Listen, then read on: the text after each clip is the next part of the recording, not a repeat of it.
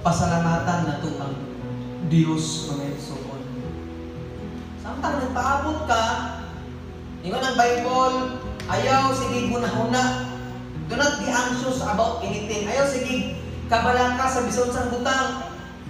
But in every situation, by prayer and with thanksgiving, ayaw sige kabalaka sa tanang mga butang apan sa pag-ampo, inubanan sa pagpasalamat.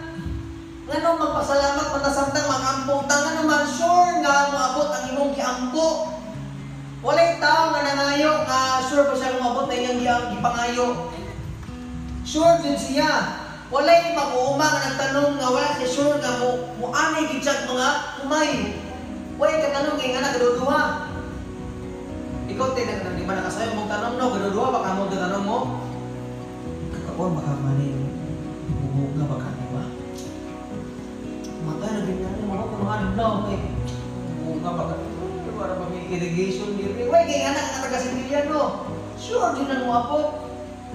Inganak ko kasi Ginoo mga igsoon, pag nakaigiampo sa Ginoo, usay magduha-duha ka tungod sa mga problema, circumstances kinabuhi, pero magpaabot ka na kalipay, naman mutubag ang Diyos igsoon.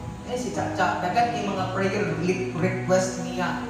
Iyan ang ilista para maka-recognize siya ang Diyos, nagtuman gyud sa mga saan.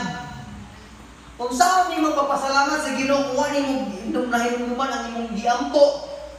Papan mo nang gilista niya tubagon si Ginoo, di ba namin kalipay? Madasi kang ampo na puno lain na naman gitubag man si Ginoo.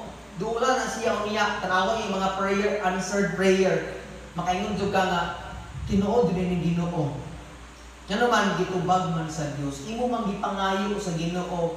Pag di patubagon, Lord, cellphone Lord.